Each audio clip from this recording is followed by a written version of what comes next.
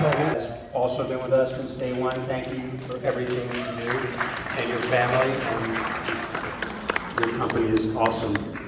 Are a veteran, I would ask you to please stand, because we are here for you and we want to honor you. So if you're veterans,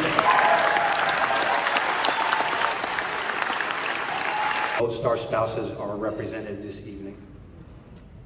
Fire is light, and light is hope. And hope is returning to the veteran community. Let's light the way and lead the change together.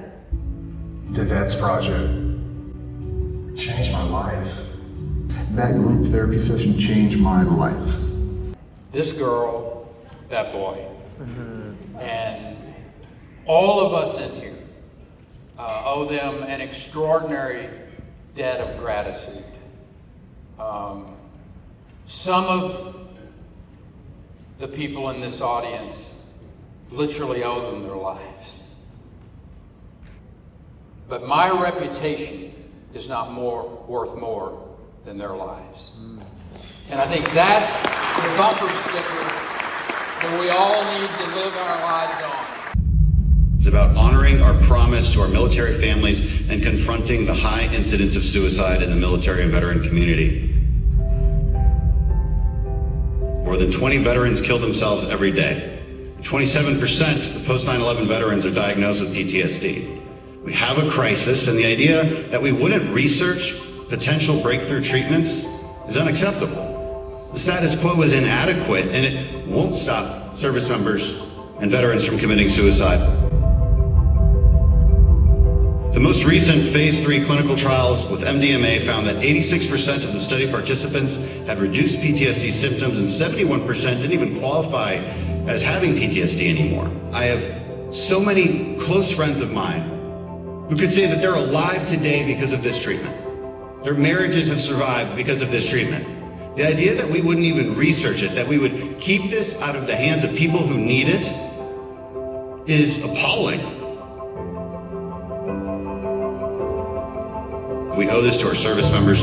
We owe it to their families. And this is a really small but a positive step in the right direction. And I think the VA and Department of Defense need to coordinate on this research into this psychedelic-assisted therapy. That's all this amendment does, and I encourage my colleagues to support it. Psychedelics. These things work. The clinical data are showing that. 65% plus success rate for what would otherwise be intractable, untreatable suicidal depression. Incredible.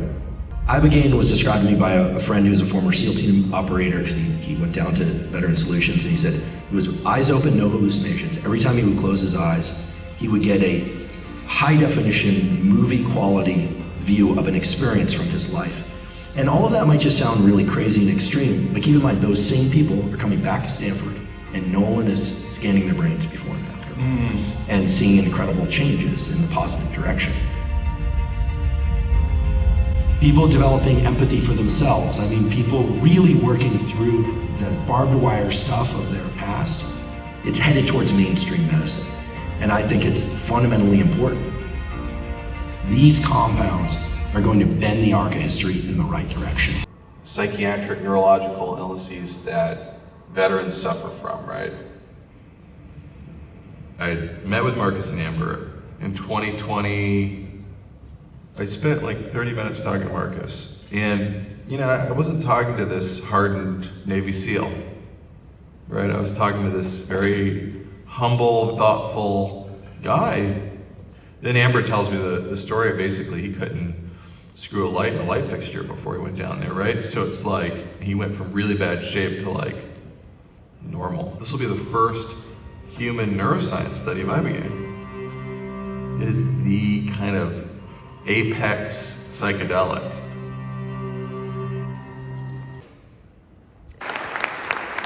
You're a torchbearer because you have transformed your unimaginable pain into purpose as you continue to help others, to advocate, to educate, and to empower.